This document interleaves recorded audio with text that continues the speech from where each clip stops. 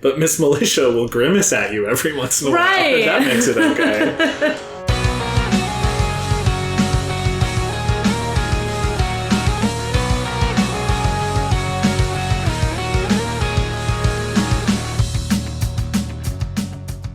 Welcome to Inchworm. The podcast in which we're inching through Worm. I'm Jenny. And I'm Ted. And we read interlude 12.5. Should I spoil whose interlude it is before the summary? Maybe not. We don't find out for a really long time. Yeah. Should I just tell you what happens in it? Yeah, let's get right in, because Okay. I can't wait. There's so many things for you to react to in this chapter. There really are. Okay, so we join a nameless woman who is driving from New York City to somewhere where she expects to get something she wants, but she's not sure if it's a hoax or not. She seems to be a teenager. She finally finds the place she's looking for. It's a farm. There's like a barn with rotting grain smell, and she's like, what is this? This seems weird. And she's like nervous. She's reminding herself that like her dad taught her to defend herself, and she has a necklace with a built-in GPS, and she like left a note for someone so they could find her in case she disappears. And she waits until the time when she's supposed to meet someone, and there's no one there. And she's like, oh, this must have been a hoax like I thought. They're not going to show up. She's like, I'm just going to leave. I won't tell anyone about this. So as soon as she starts to leave, someone with hints of a French accent calls to her from the barn, and only half of the barn is still a barn. What? Halfway through the barn, it turns into like white tiled floor, white painted walls, like some sort of laboratory type setting. The woman who's just shown up says she's known to most as Doctor, and asks our point of view character for a fake name for its symbolic value of anonymity. And the point of view character says Jamie, and Jamie is what we know her as for the rest of the interlude. So Jamie follows Doctor into the barn, into these offices inside the barn. And there's sort of a weird moment of transition. And Doctor says, I guess she is known as the Doctor. That feels very Doctor Who to me. Oh well. The Doctor says, welcome. You could call her Mother. Cauldron. That's true. She does offer that as an alternative. But the text doesn't call her Mother after the first, after her introduction of herself. So it seems that Cauldron reached out to Jamie, who was looking for Tinker-made armor and weapons. And apparently Cauldron owns several sites of like fake stuff to like identify people who are looking for powers who don't have them. Jamie asks why the secrecy, and the Doctor says countries would go to war over what we have at our disposal. Jamie reflects that she is good at telling whether someone's lying or not, or at least she thinks she is. She's a little surprised that there's like no one else around. It's like spotlessly clean. It's a little bit eerie. The Doctor talks to her about, we'll talk about your budget, your goals. There's a 2-month waiting period that involves a lot of testing. Jamie's like, oh, psychological tests, like to make sure I don't turn into a villain. And the Doctor's like, that is not a concern. And Jamie kind of gets over that hiccup of conscience. The Doctor tells her that Cauldron operates on a strict policy of secrecy. If she passes on knowledge of anything that happened here, she will be dealt with. There will be countermeasures taken. Jamie's like, would you kill me? And the Doctor's like, we prefer not to. So reassuring. But we might discredit the person who did that, drive them into hiding, remove their powers, some combination of the above. Then the Doctor asks Jamie to tell her about herself. And it turns out Jamie's father is a detective in law enforcement. And 2 years ago, there were 2 criminals, Ramrod and Fleece, who were brought into custody, sent to the birdcage, but they were intercepted en route and freed by the villain known as Madcap, a mercenary who specializes in breaking people out of jail. I feel like Bakuda and Lung could really have benefited from him. Mm-hmm.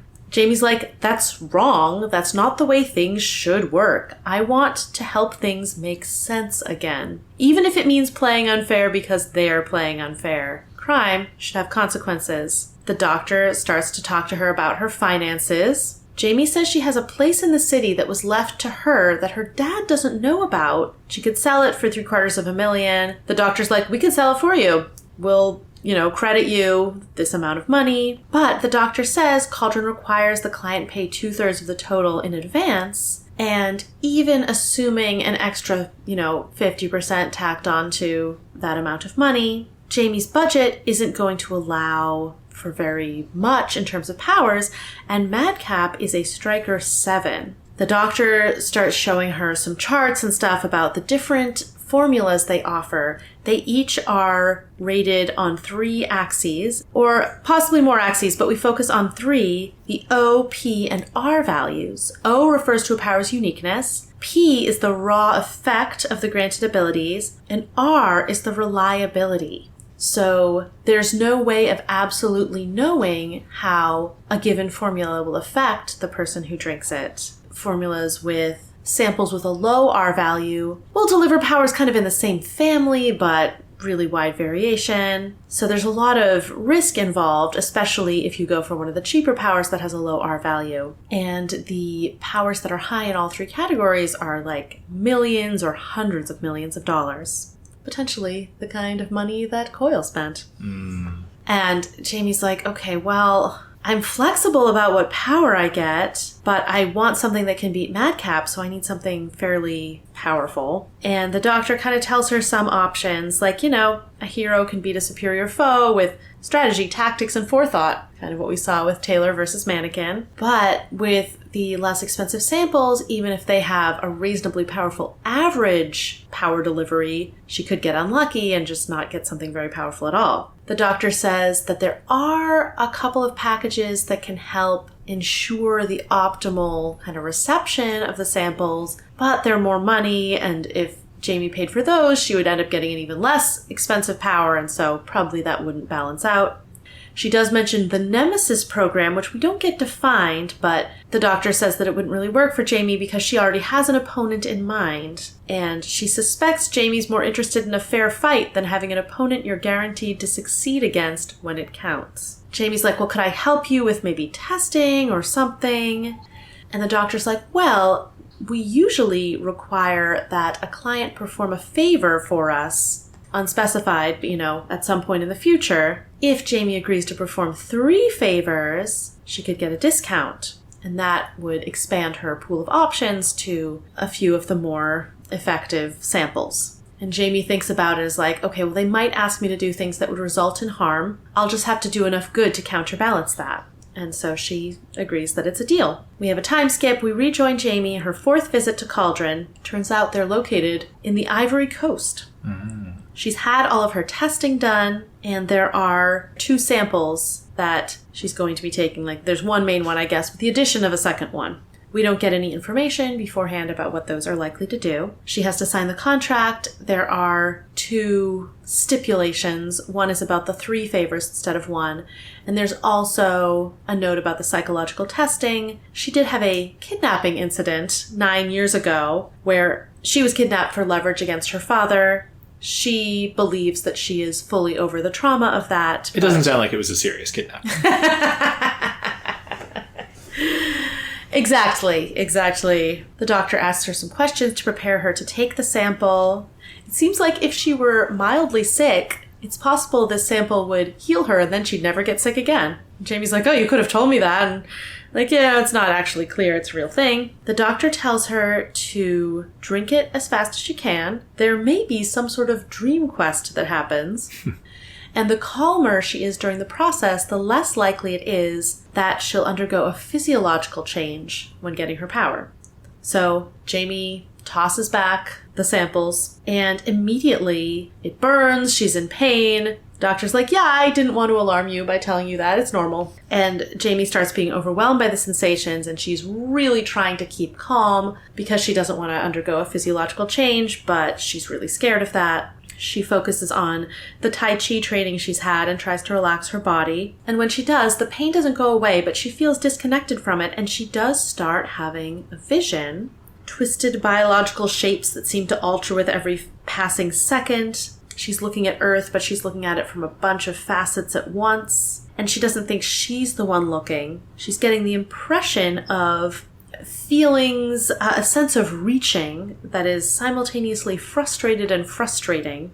And then the pain and the vision both clear. She's on her hands and knees crying from the pain and from the sympathy with what she just saw. And the doctor's like, yeah, about half of my customers say something about a vision like this. You're more likely to remember it if you don't try too hard to. Apparently Jamie glowed briefly, but that passed. And then the doctor says that she's going to leave to let Jamie experiment with her powers. And Jamie gets up and she's a little bit off balance and she's tipping forward, and then it's like time slows down. She reaches for a chair and accidentally sends it flying across the room where it shatters. And the doctor's like, okay, seems like you have something. We jump ahead. Madcap is hitting an armored PRT van. Jamie shows up in a cheap costume and tells him to stop. And he's like, "Oh, that's cute. You look like a three-legged puppy." Kind of adorable in a three-legged puppy kind of way. And they have some banter.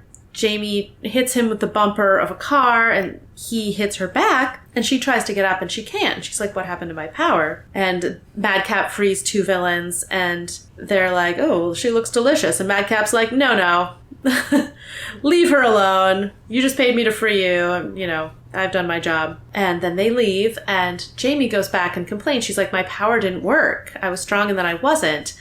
The doctor's like, yeah, your power's probably kind of complicated. Here's your first favor. I want you to join the wards and then graduate to the Protectorate. And Jamie's like, what, to sabotage it? To pass you information? And the doctor's like, no, just join it. And that'll help you get trained. And so Jamie's like, okay. She'd been thinking about joining anyway. Sure. But she's a little worried about the implications of this. We jump ahead again. We meet Madcap. He says, round 8, puppy. And so it seems like Jamie's been trying really hard to take him down for a while, not succeeding. But this time, she attacks him and the rest of her team follows. And Legend is there, shooting him with lasers. And she knows how to use her power better. So she slows down at the right moment, manages to knock him out of the air. Her power, we learn, sort of charges. And then she can use sort of the energy that she has charged herself with. And then she spends it and has to charge again. Like some kind of a battery. What? Yeah. The whole time. So there's some back and forth, in this fight with Madcap, but they take him down. He's unconscious. Legend's like, good job, battery. Finally, huh? And then we jump to a conversation with Madcap where he's like, I don't want to go to the birdcage. What if I switch sides? And Jamie's like, what? No. And Legend's like, that could be good. And Jamie's like, but you've been getting people out of the birdcage saying you don't believe in that. Now you're changing your mind. And he's like, yeah. And they manage to negotiate. Legend really does, it seems, want Madcap on their team. And Madcap is like, yeah, I'll do it as long as I get to be on her team to Battery. Battery's like, no, what? And Legend's like, it's your decision, Battery. But I think he'll make us stronger. So, of course, she says yes. And he decides to change his name to Assault. Yep. Again? Yep. Oh my gosh. Yep. Twice in the same chapter. Shocking. Does seem like Battery's maybe going to get a raise for this. Thank goodness. So then we jump ahead again. Assault is trying to get Battery to go out with him, basically. And they have a lot of banter. See, Battery is like kind of doesn't seem like she's enjoying this. A little unclear. She manages to strike a deal where she'll consider going out with him if he comes along to do some unpaid work at a primary school. And she's like, this is how I'll get my revenge on him. Like innocent revenge. But it turns out he's actually really good with kids, which is super annoying to her. They're at a library and he's reading to the kids and she gets a message from Cauldron. It is for the second favor. There's a customer who wants a product delivered, hand-delivered by a known parahuman. So Battery's like, okay, cool, I guess that's fine. I'm just the delivery. If this turns someone into a villain, it's not my fault. We jump ahead, apparently 2 years. The glass in her front door is shattered. It seems like we're right after Shatterbird's attack. So we're in the present of the story. She's going into her own house, apartment, something like that, looking for Ethan, which it turns out is Assault's name. She's calling him by his first name now. She's looking for him because she's concerned, and he's like, I was looking for you too. They found each other here. They hug, and he's like, we should go on patrol, and she's like, okay, together or apart. So it seems like they're working together in a peaceful manner, and he hands her a message that a courier dropped off for her. It's an envelope with a C on it, a lowercase c, but there's nothing on the paper inside. She's like, that's weird. She crumples it up, brings it with her. The two of them run out into the night. She's sort of running medium speed, not necessarily using her power because she has to kind of stop and start, and it's sort of an awkward rhythm. But she does finally stop to charge, and then she feels a tingle from the note in her hand. And she uses the energy of a charge on the note, and a message appears. And it says, Siberian and Shatterbird are to escape the city, and our business with you will be done. Thank you. C. And that's where we end the chapter. Whoa. There's so much going on here. There's the whole Cauldron thing. There's, Battery's origin story. And we have this whole enemies to lovers romance novel speedrun. Yes. Yes.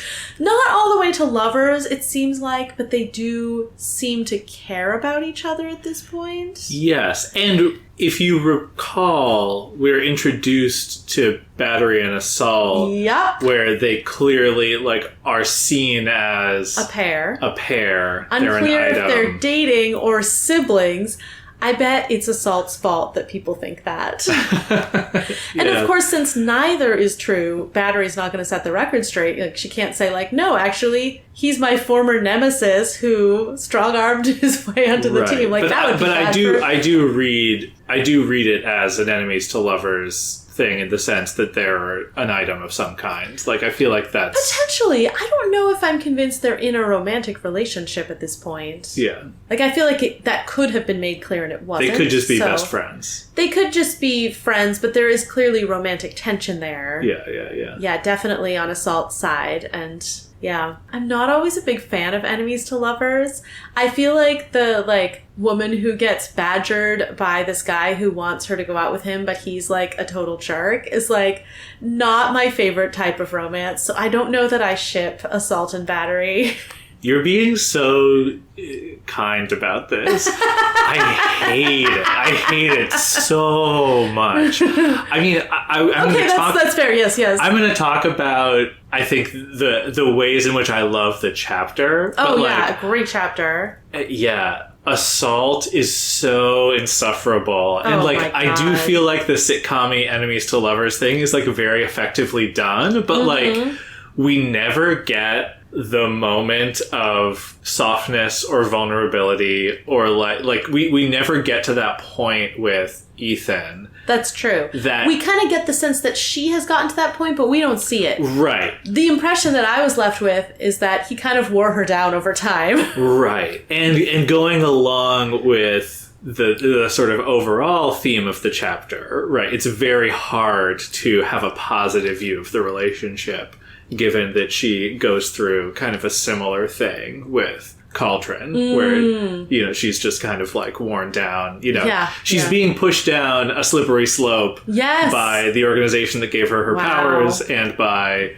Madcap, Assault, Ethan. Yes, Assault is really a good name for him. But yeah, but there's so much. We started talking about them. Do you want to dig in on them? Do you want to talk more about your other impressions? Did you figure out before the name drop for either of them? Yeah, I did. When Battery was fighting Madcap that 8th time, and it described the mechanism of her power sort of charging up, I was like, oh, okay. Because as soon as she was told to join the wards, at first I was like, oh, is she about to show up? Right. Because we hadn't seen enough of her power to have any sense of who she was.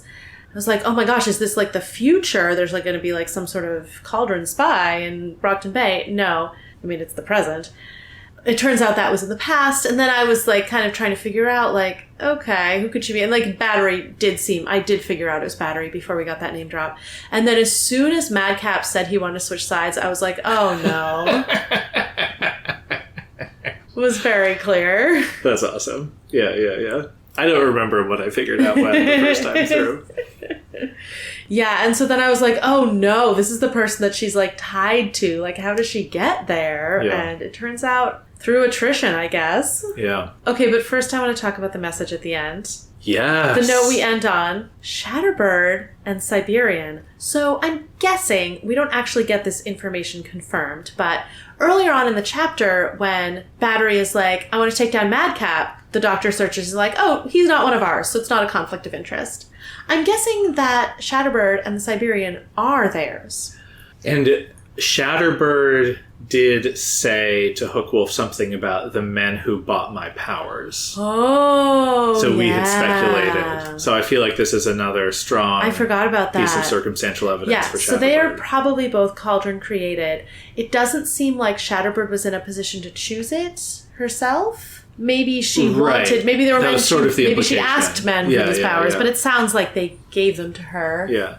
I will also note that Battery got a text for the second one and got special paper delivered by courier for the one being delivered into the immediate aftermath of a Shatterbird situation. Yes. They know what's up. They know what's up, and this was like the message was meant to be delivered in a world where, Shatterbird is nearby.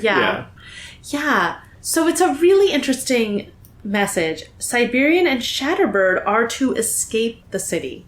Why would they need any help with that? Yeah. Is my question. Yeah. I kind of love this, actually, because if we're assuming that Cauldron has some sort of precognition powers in its stable, that they're getting some sort of information about the future, this implies that Siberian and Shatterbird are going to need help to escape the city because the Slaughterhouse 9 are going down. That's my impression. I assume they will be potentially the only or almost the only ones to survive and to make it out without getting captured or killed. Yeah. I really love that for our villain heroes because, God, the 9 are the worst. Yeah. And they're just like a vicious cycle of making other people the worst. And them being taken down would be so satisfying. It's like all I want from the story at this very moment. Yeah. I will offer again, not saying you're wrong or right. It could also be their precognition powers are telling them that without Battery's help, these are the members of the 9 who are somehow at risk. It's possible, but it's not likely that all of the 9 are Cauldron created, so they probably don't care about most of the 9. Very fair. You could be right, but I also can't imagine that, Siberian is at risk more than some of the others. She's the untouchable pretty one. Crazy. Right, yeah. Right. Shatterbird, I kind of buy...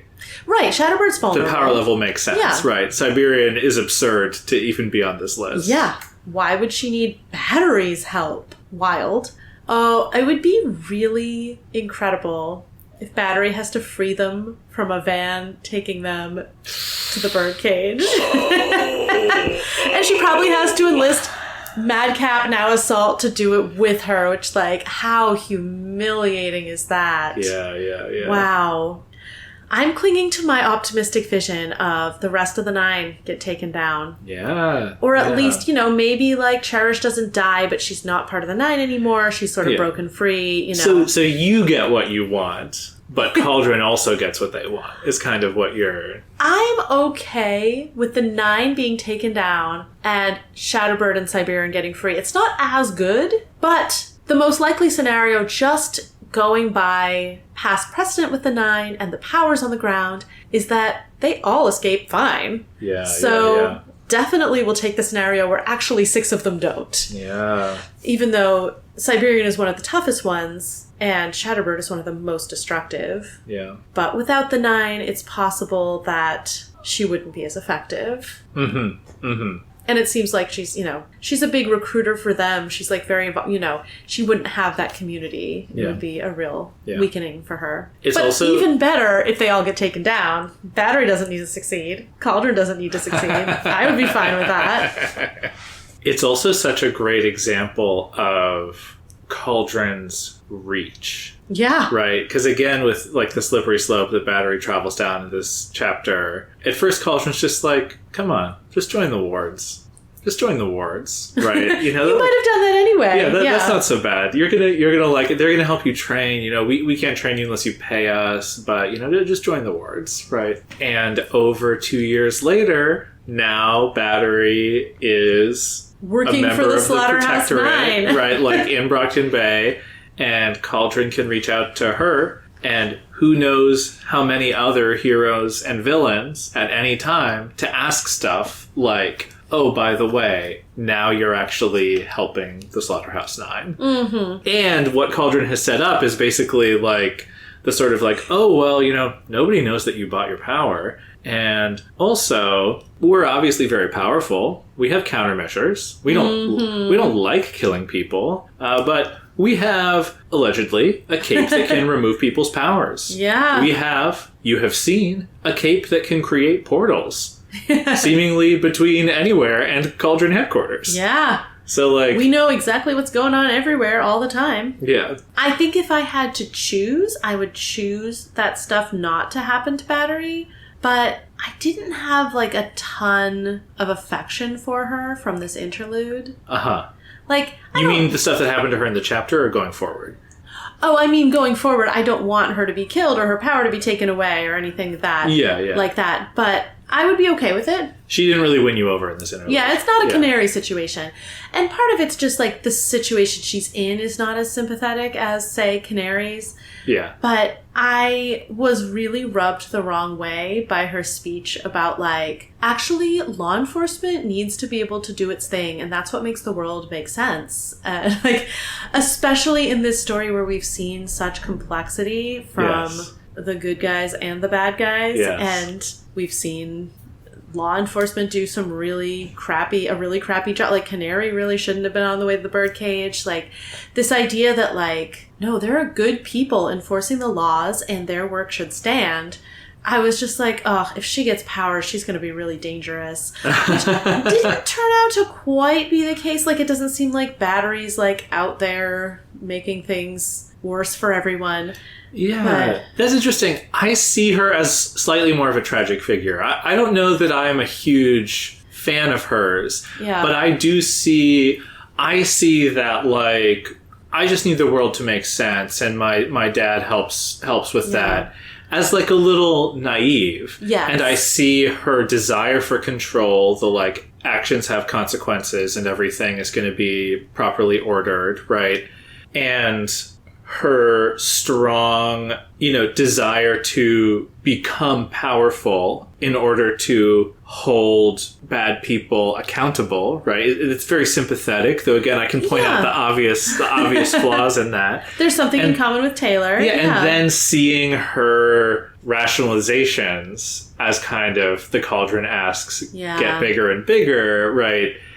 It's like, I do feel bad for her in this moment at the end when she has to face the consequence of the life that she has built. Yeah. The part where she did lose me a little bit was when she agrees to let Assault tag along with her. Legend sort of says, I think, strength is good. We need someone strong, but I'll leave it up to you. I mean, I'm going to complain about Legend later, but, like, she does think to herself, obviously this is going to suck, but it's for the greater good and we need all the help we can get. Mm-hmm. Which, like, we don't get enough from Battery that's, like, makes it clear to me that is 100% like peer pressure or rationalization or like, well, of course you're going to do what Legend says or whatever. Mm-hmm. I can kind of see it as like, when you've been to an Endbringer attack or two, you do kind of have that view of like, okay, for the greater good, right? Yeah. And, like, that's one thing where, like, I wanted either for her to be, like, more trying to justify that to herself or, like, see a little bit more nuance from her about the, like, oh, well, when I got into this, I thought it was all black and white. And now, because, like, what undermines me feeling tragic for her is, like, well, you've been doing Protectorate stuff for years, so, like, this can't be the first time. Yeah. Like, even day-to-day business of being in the Protectorate, you're gonna have these, like, compromises and things. And on the other hand, right, when she shows up to Tayl-or in Arc 11, she did seem kind of like replacement level Protectorate member of like, you villains are up to no good. Which is like so rich coming from the person who let Madcap become Assault. Yes, right? Yes. Crime should have consequences. Yeah. It seems like Madcap didn't have any. Yeah. Yeah. I guess maybe what I'm saying is like, I don't necessarily buy... It would make more sense to me if it was a total peer pressure situation that she, or something similar to that she agreed to let Assault come around. But it seemed kind of genuine, her thoughts about like, well, it's for the greater good. And then she kind of moves on. Yeah. I see what you're saying. Like, it should be sympathetic, this whole stuff about, like, I want to help things make sense again. Like, it's such a teenage thing. It is something we've kind of seen from Tayl-or. Something about her thought process here made me think of purity. Oh, and that really lost me. Yeah. And it's not really fair because, I mean, she's not being white supremacist about it. That's just not, like, a threat at all. But something about her mindset just reminded me of that. And I think that cost her a lot in my books. Yeah. Well, right. The doctor even kind of sets her up like, oh, you've been trying to get powers so you can right that wrong. And Battery corrects the doctor, right? It's like, no, it's not about righting the wrong. I want to stop him so that he suffers consequences for the bad things he did. I want power so I can bring about accountability myself. It's not about justice for her. And like she's sort of honest about that to the doctor, even if she's not totally honest about it to herself. And she does say, even if it means playing unfair because they're playing unfair, like she is willing to make that compromise. And maybe that was also part of what lost me, this idea. I mean, the good cops and good heroes thing was also just like off-putting. But this idea that, like, well, they're already bending the rules, so I can bend the rules, but I'm still better than them because it's not crime. Like, it's just very much a double standard. It absolutely. I do, though, want to point out there's so many parallels between Battery and Tayl-or that came up for me in this chapter. I would say the main difference is Battery doesn't have a problem with authority the same way that Tayl-or does, right? But she has this, like, gift from her dad, the GPS necklace. It's supposed to keep her safe. Tayl-or was getting pepper spray from her dad because she's going to go out running. They're both sort of, like, into cape stuff online, interested in being a hero. I don't think Tayl-or was interested in being a hero before she got her powers, but she was fascinated with cape stuff. But yeah, she was into cape stuff. When Battery says to the doctor, like, okay, well, I can work hard. Like, give me more stuff just because I'll be good and I'll work for you. Very much like Tayl-or trying to impress Coil. Just like, take me seriously. The whole scene where she goes up against Madcap and gets, like, obliterated is like Tayl-or so going pathetic. up against Loon. Yeah. Right? It's very different circumstances. I guess the other difference, Tayl-or's much better at preparing than Battery. Yes. Like, Tayl-or never would have gotten caught, that badly in the first encounter. This person that she's been planning for however long to take on, she would have done better. But I think that Battery was, like, bewitched by her powers. Yeah, but the reason I bring it up, though, is because this is so clearly, like, a cautionary tale for Tayl-or. The question of who are you getting into bed with?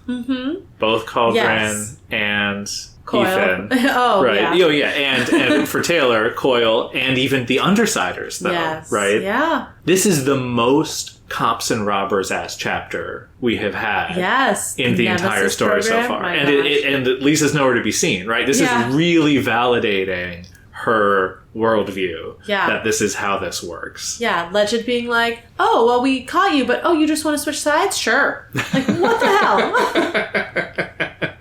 Yeah, no, but I think you're right that it is a cautionary tale for what Tayl-or's doing right now, which is not going to be sustainable, I predict, where she's working with Coil because she's going to make more Dynas the way that Jamie, Battery, whatever her real name is being asked to effectively... I mean, there's no way for her to tilt the fight against, the Slaughterhouse 9 to, like, save Siberian and Shatterbird, probably. Like, I think it is most likely going to be she has to set them free after they're taken. Yeah. Because that's something she could actually do as opposed to whatever the other possibilities are. And it is very much like she got into this to address the wrong of these 2 prisoners being freed. And now she's going to have to free 2 much worse and more dangerous prisoners. Tayl-or has gotten into bed with Coil to save Dinah, and what kind of Dinahs is she going to create as a result? Exactly. Yeah. Exactly. So hopefully Tayl-or will learn from this interlude somehow that she needs to go to plan B and take down Coil, even though it's going to be really hard. And first they have to take down the 9 anyway, but... Yeah.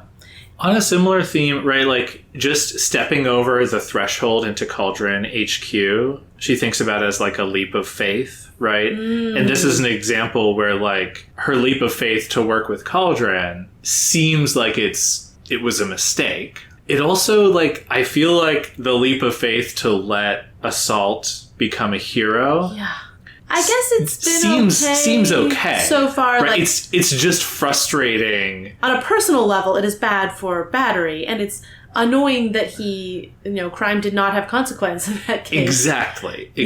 Right. That there was no consequence for him. Like, it's annoying to me narratively. Yeah. That there were no consequences, and it's also so frustrating to me that Battery let go of that notion of like, well, he should pay for what he had to do, even if, but maybe that leap of faith, that one I feel more optimistic about than the Cauldron one. Yeah. Oh yeah. The Cauldron one is not turning out well. Yeah. Yeah.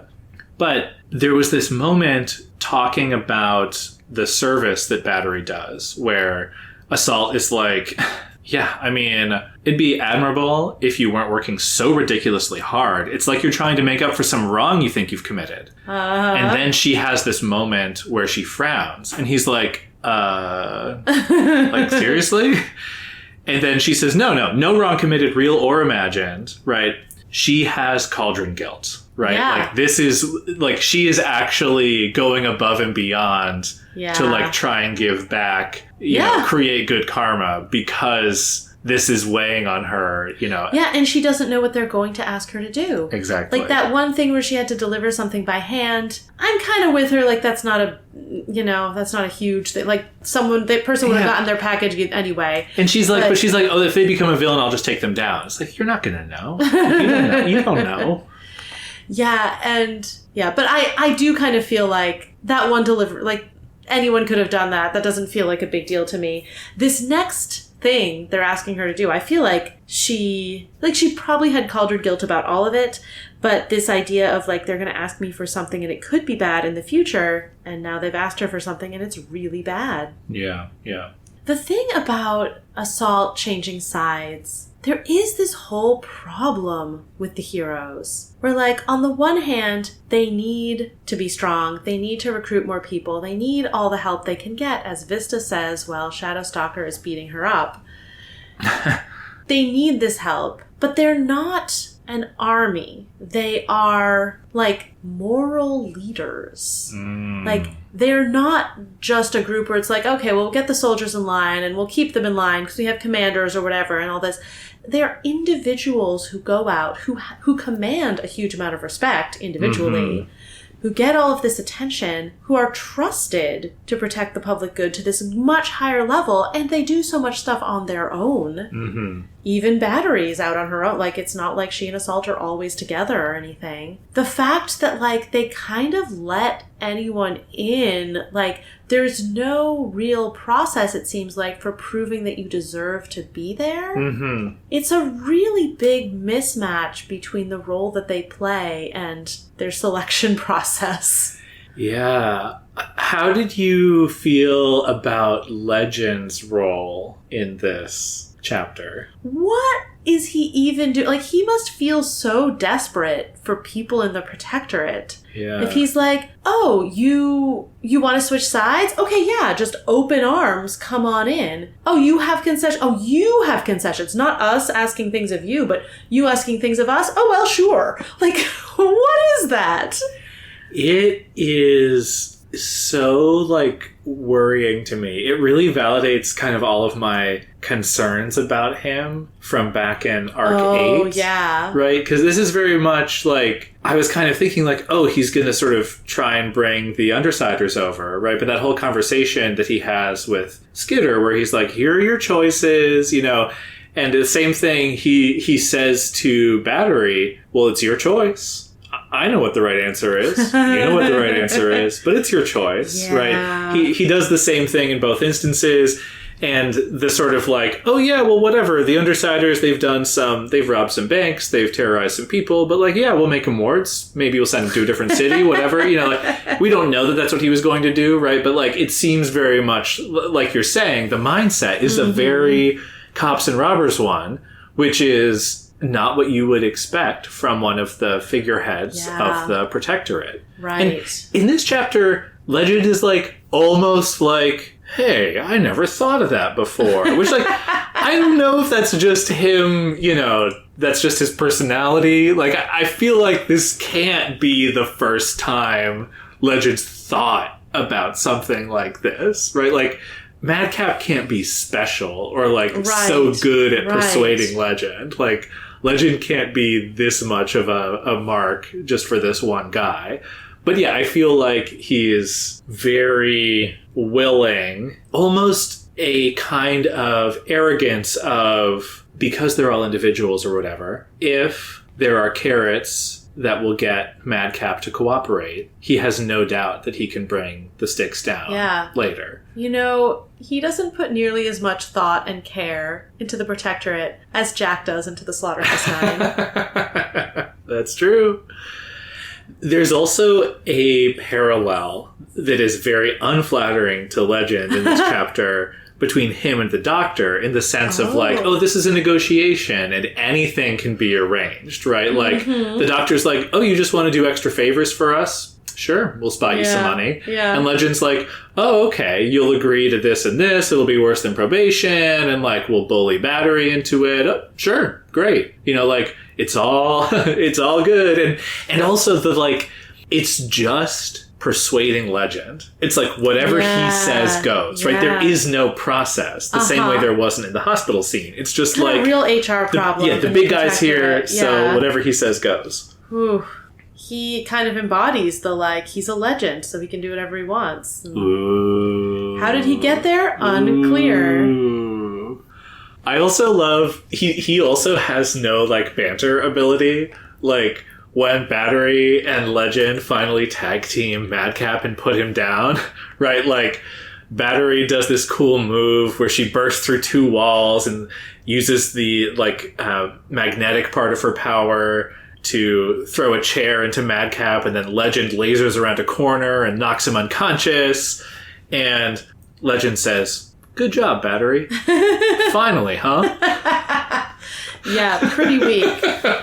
Not the best dialogue, Legend. But his lasers are cool. So, going back to the enemies to lovers bit, it seems to be implied that, like, Madcap is, like, kind of sweet on her right from the beginning. Like, she's going to be eaten, by one of those villains, and he's like, no, don't do that. And, you know, he kind of terms her puppy right away, and then when he switches sides, he's like, I want to be with her. Like, yeah. He clearly, like, has a bee in his bonnet there. And it's so annoying to me that he gets what he wants. 100%. Yeah, he's super... The first impression is awful, right? The first thing that he says to her is, like, nice body, right? He insists on calling her a puppy. The bit where he's persuading, quote-unquote, where he's making his bid, you know... They're like, well, you've done all this bad stuff and this would be hypocritical. And he's like, but now I can make amends. They had removed his mask, which has a big fake smile on it. But his real smile was almost more mocking than the one that had been styled into the mask, right? He's smug. He has this entitlement about him. And like we were saying before, he gets everything he wants. And he never has to learn a lesson. Yeah. Right? Which is kind of the antithesis for what Battery claims to stand for. Yes. And she's just being sort of badgered into this. Like, when he's bothering her after they're working together about, like, how, you know, she should go out with him. And, you know, Miss Militia stops by and says to Battery, like, need rescuing. And there's this, like, banter with Battery. I was like, if you could put a bullet between his eyes, I'd owe you one. No can do. Miss Militia offered her an apologetic grimace. You okay, though? I'm okay, thanks. And then Miss Militia leaves. And, I mean, I just said that, like, the Protectorate has an HR problem. Like, they have an HR problem in so many different ways.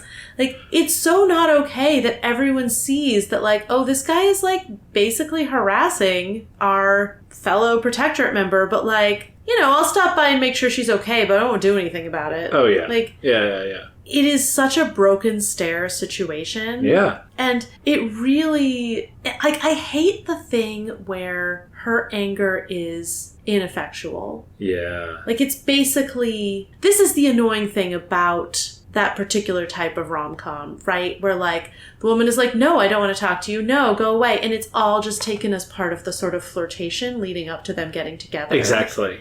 It's like her words have no actual meaning or power. Yeah. It's just like an obstacle to be broken through eventually, to be worn away. That whole Miss Militia scene is a sitcom scene. Yeah. Right? Like, it's straight out of that. Yep. Right? Like, I could see it happening in any, you know, like 80s, 90s era type of sitcom, right? With the guy harassing the woman. And it is, I mean, it's kind of the kind of thing that was so endemic to the culture, right? Men harassing women at work, you know, 20 years ago, 40 years ago, you know, obviously, like, as long as women have been in the workplace, the kind of thing that, right, HR is supposed to be handling in our more modern era.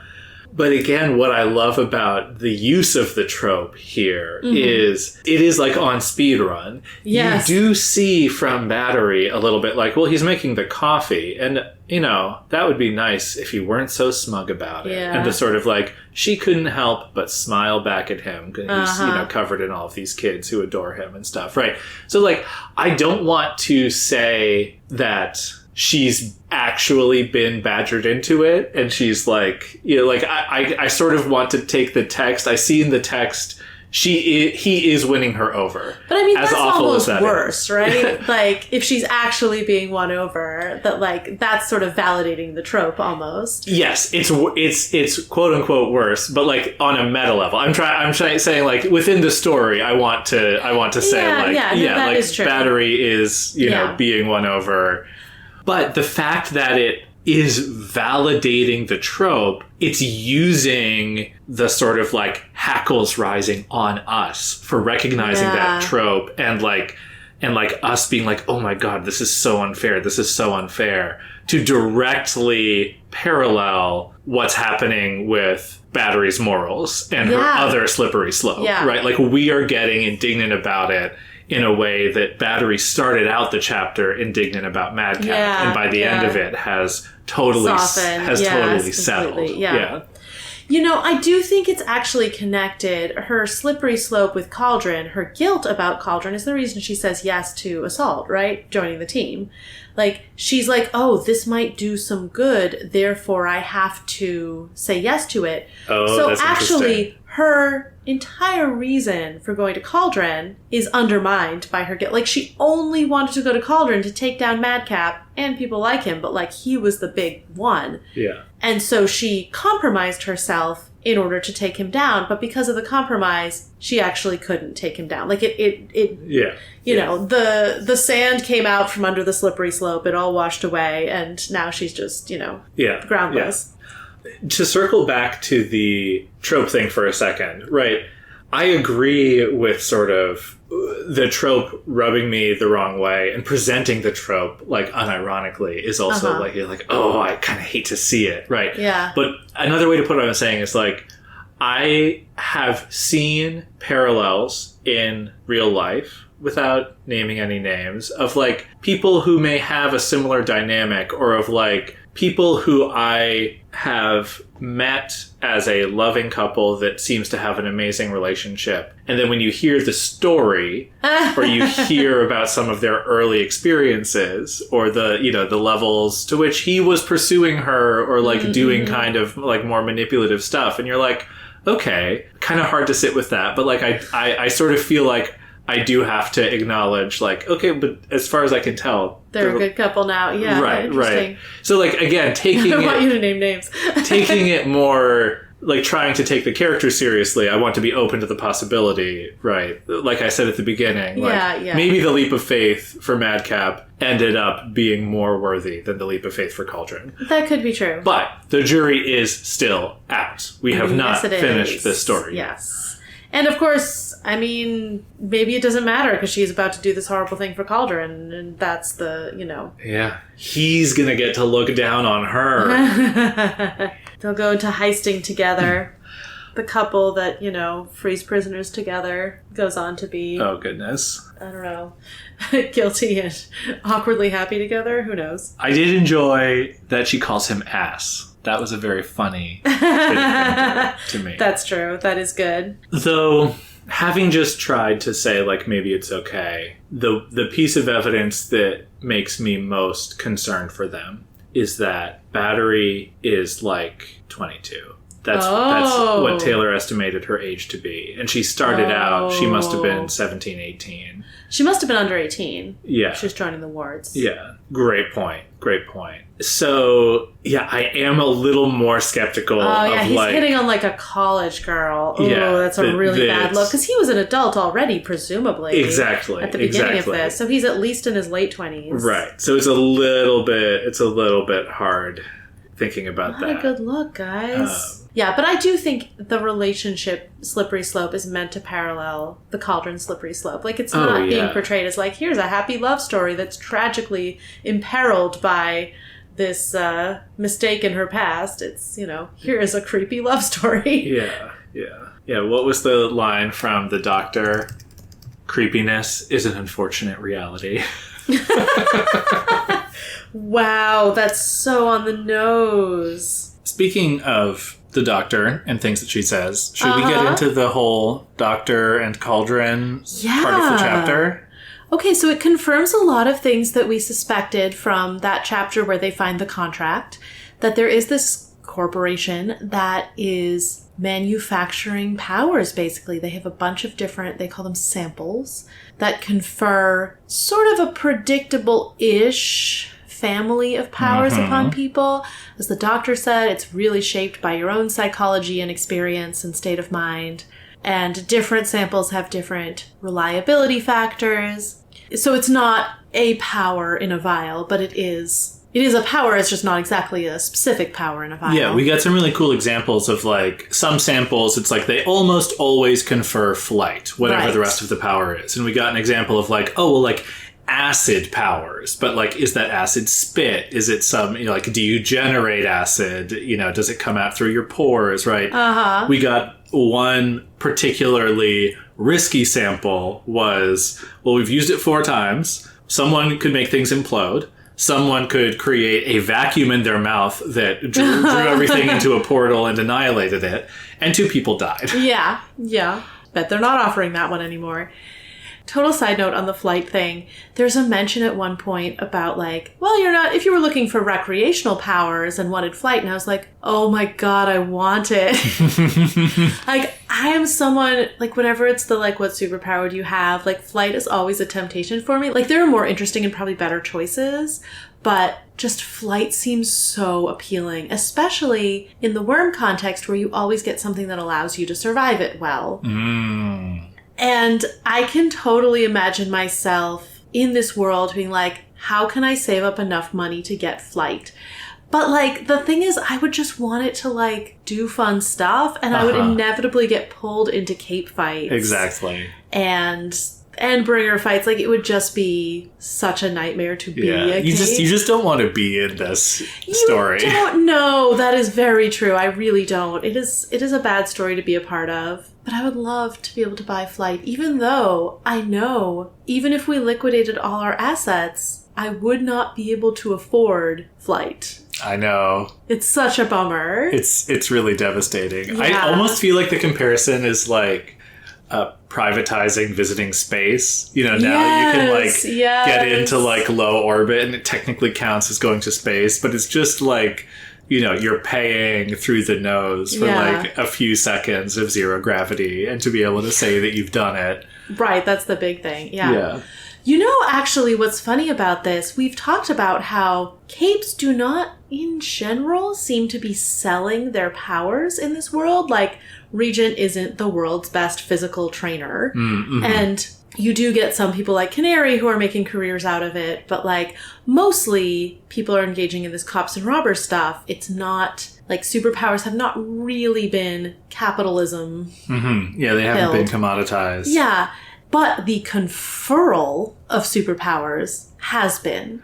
Yeah. Where if you are rich enough, you can get powers. Yeah. Or if you're willing to kind of sell yourself for future favors and you're a little bit rich, then, you know. I would be really interested, actually, in tracking. We get the suggestion that some people do buy powers for purely recreational purposes. Yeah.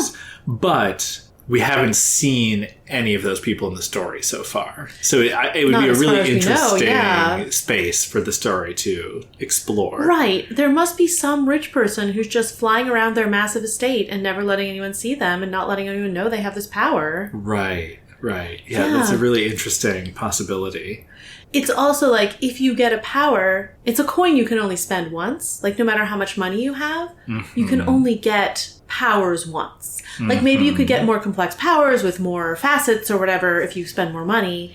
But it is a thing where, like, if you decide that you want to fly and that would be really fun, you can't decide, like, oh, I desperately need the ability to travel through time later. Like, even rich people can't absolutely have it all, but they can get this thing that most people have to go through something completely horrible to experience, and there's still, you know, not only is there no guarantee, but, like, most people don't get powers from horrible experiences. Yeah. The other thought I had was, we see Battery doing research online into, like, well, I should just be able to buy Tinker Tech so that I can go out and fight Madcap. Yeah. And there was a really interesting detail in the doctor's response where she's like, we own most of those sites. All of them are fake. Which is like, if we can trust her, it's a very definitive, like, actually it doesn't even work like that. Tinker Tech. Right? Like, this whole idea is inherently going to be fraudulent, even if the general public isn't aware of that. And it is so weird, and probably has something to do with how the Protectorate is structured, and how often capes do get pulled into the cops and robbers stuff just because, you know, like Kidwin was saying to Chariot, like, when you have powers, people come after you, and then you sort of get part of the scene. Sort of parrying, like, getting more drawn in. That has to be part of the reason why Tinker Tech is not a huge industry. Yeah. The Protectorate must sell some stuff. It's like, it's almost like, I mean, it's not criminal, but it's like actually like hugely negligent to have the ability to make really, really useful stuff to solve a lot of the problems that people face and be like, we're only using it for law enforcement. We're not letting civilians buy the things that would actually transform their lives in really good ways. Yeah. Well, that's interesting. I was almost interpreting it not just the Protectorate has this all locked down, like sort of, because to me, if it's merely it's illegal, there's going to be a dark web that, you know, Battery would know how to access. I wasn't thinking so much it was illegal, so much as because the capes end up making things when they're part of the Protectorate, the Protectorate ends up owning the rights to them, and it just sort of practically doesn't happen.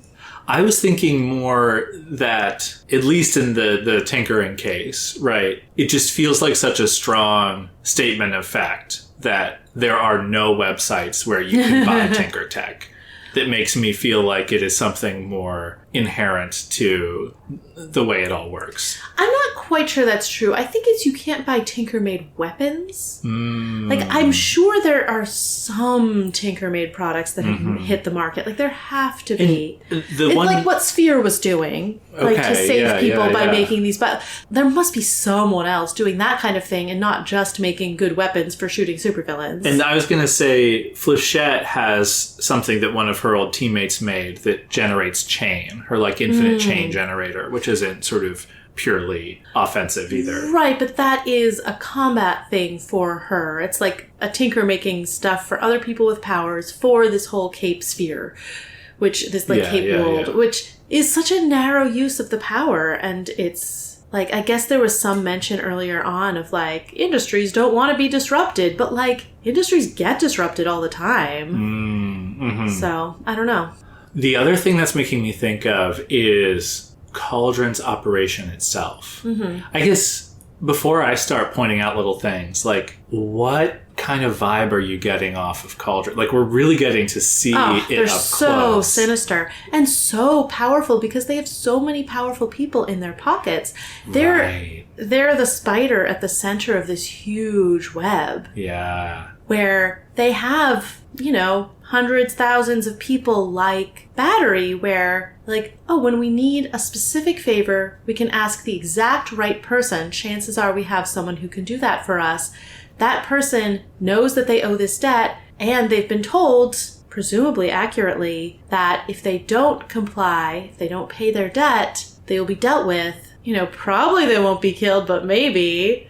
Like, the force that they exert over the resources at their disposal, the human resources, the parahuman resources are so intense. Plus, they have all the capes who actually work with them.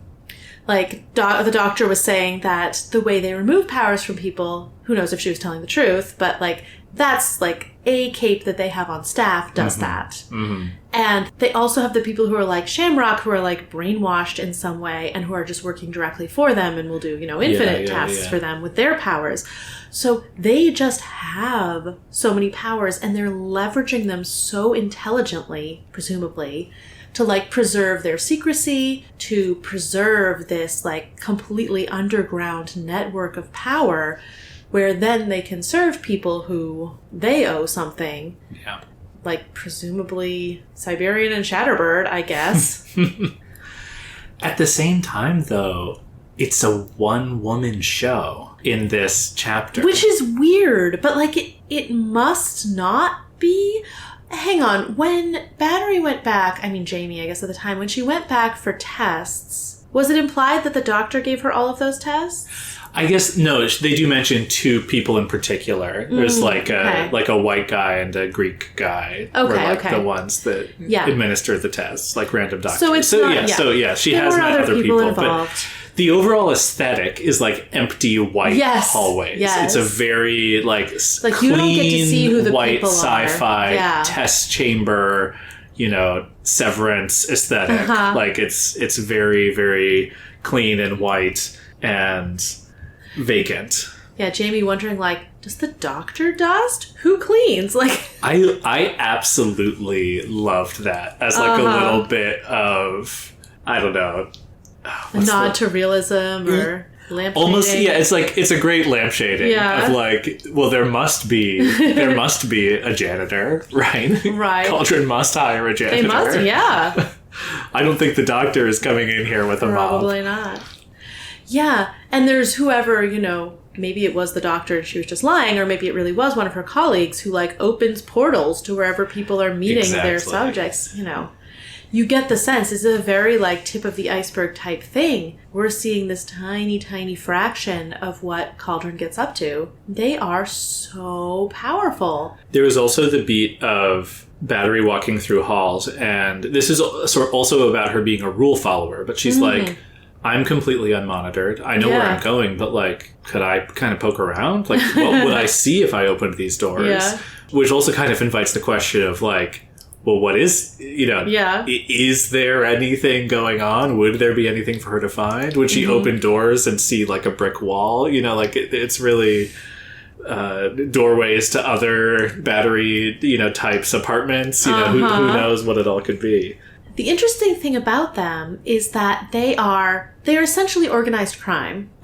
And they are happy with the status quo. They don't want to overthrow what's currently happening. They don't want to become public. They have a lot of money and power, and they may subtly influence things in some direction, but you don't get the sense that they are an imminent danger to the world necessarily, even though they might be doing terrible things to individuals. And, of course, they're not working for the good of the world. They want to preserve Siberian Shatterbird right now. Like, clearly they're not, like, changing the world for the better either. We give powers to anyone who pays, so they're overtly immoral. And then also the, like, countries would go to war over our power. Yeah. They would want armies of parahuman soldiers. And so, like... It's honestly very foresighted of them to, like, whoever developed this technology was like, we can sell this, but we have to be super careful about it. Because, I mean, as anyone with power, suddenly people are going to come after you for it, and they're being really cautious about it. Also, yeah, you made the connection to organized crime, so maybe that is the answer. But I was going to ask you, like, what's Cauldron for? Riches, power, status, other, maybe I'm just asking what the doctor's motive is, because she's the only person we've seen. But if Cauldron has a purpose... why go through all this effort? Unclear.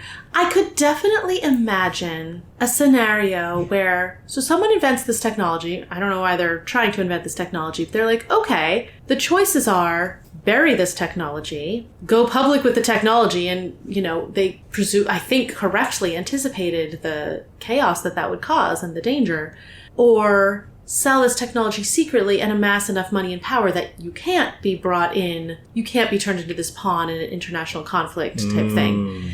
And they clearly chose option 3. Option 2 would be terrible. Option 1 of burying the technology has the danger of well, what if someone else finds it? So while Cauldron does not seem to be a benevolent organization, I think there's an argument for once this technology is made, the best course of action is to use it to amass enough power to make sure that the technology is not abused. Interesting. It is a question what abuse would mean. Cauldron, as the doctor said, is not trying to create heroes. They are not in this for moral purposes. Well, it's talking about technology's effect on society. It's an alignment problem. You're saying, if Cauldron's purposes are generally aligned with, not making things worse, right? A least bad option of some sense. And things are already pretty bad in the world.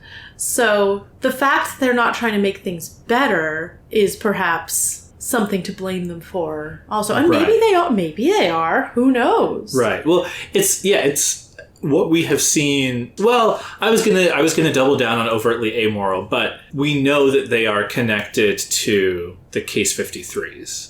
Yes. And that is quite evil. Very bad what they're doing there. Yes. So on the thank you for bringing that up, because it's not just that they create villains. Right. It's on the cell side, they're amoral, but what they are doing to learn about their technology, right? Battery calls out, well, how did you get 60 cases of this? And the doctor slips a couple of times and is like, clients or human subjects, which is I was like, yikes. Well, I don't think the doctor's trying to hide it. The doctor says, we have a lot of resources, and Jamie's like, that doesn't answer my question. The doctor's like, yeah, it does, just not in as much detail as you want. And if Jamie wants to think about it, that kind of does answer the question. Yeah. Yeah, no, you're right that whatever their goals on a societal level, what they're doing to individual people is extremely evil. Right. I'm curious, because people's minds are wiped. Do you remember the show Dollhouse? Yes. Yeah. It's a show where, there are all these people whose minds are overwritten by this technology, so they can serve as someone's bodyguard with a specific set of skills and memories implanted, etc. And the dolls, the people who are being used in this way, all kind of have different reasons why they got there. And some of them were I was in grief and I wanted to forget it. Or, it is possible that some of the people, I don't want this to sound like I'm excusing them. We don't know that they're kidnapping people off the streets. It could be a deal with the devil type situation for some of them. I'll quote you what the doctor says. Yeah. This is one of the selling points we offer to the clients we find in hospitals and the like. Some have even recovered or partially recovered from lifelong disabilities. Yeah. This is one of those things, it's presented so neutrally, but again, I feel like it's exactly what you were saying. The implication of who's the kind of person who's going to take that 50% chance sample. Right. If they show up to you and you're like, hey, you're on death's door, you can't afford your health care anymore, but look what we can do for you if you sell your house, And also, you get the people who are very rich and very sick and science can't do anything for them, then you charge them millions. And the people who have no money and you just pull them into your experimental program, and it's better than what's about to happen to them. It's better than continuing to drive their loved ones into debt, probably. Yeah. Yeah, so I would be very interested to learn some of the backstories of the Case 53s, who of course don't remember their own backstories. But maybe we'll find out. Or someone like Shamrock, right? She escaped with her memories intact. I mean, we don't know. We don't know how far back they go. Right, right. But she at least wasn't brainwashed to the same extent. Yeah. I feel like, so the Doctor is like playing this character very well, I think. But I feel like she's such an interesting person. And I do wonder how much of what we see, if any of it, is like authentically her or not.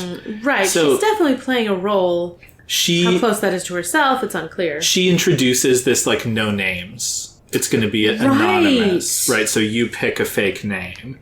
And so I was wondering, like, there's a great deal of symbolic value in having you maintain some anonymity. The symbolic value thing is so weird. Well, what it made me think of is like, it's almost like so that the Doctor doesn't get too attached or doesn't think of them as like real or something. You know, like it was, or like focusing on it being transactional in some way. I would have to assume that, because like the Doctor does seem very comfortable with all this, I would have to assume that it's some effect on the clients that she's looking for with the fake name thing. Yeah. Like maybe they're more willing to tell her things. Interesting. If it's a fake name, even if she already knows their real name. We also see in Battery's case that, you know, Wildbow's very intentional about how he uses names for characters, right? And so we don't get Battery's name in this chapter. Not at all. She's just described as a woman until she says she's Jamie. And then she's called Jamie the rest of the time. Well, once we know she's Battery, when Legend calls her Battery, I think she's just Battery from then on in the chapter. But importantly to me, when she shows up to fight Madcap, she is Jamie. Yes. So it seems clear that Battery held on to this Jamie identity as her sort of nascent cape identity as she went out and fought. And it wasn't purely transactional. It was almost like a new, right?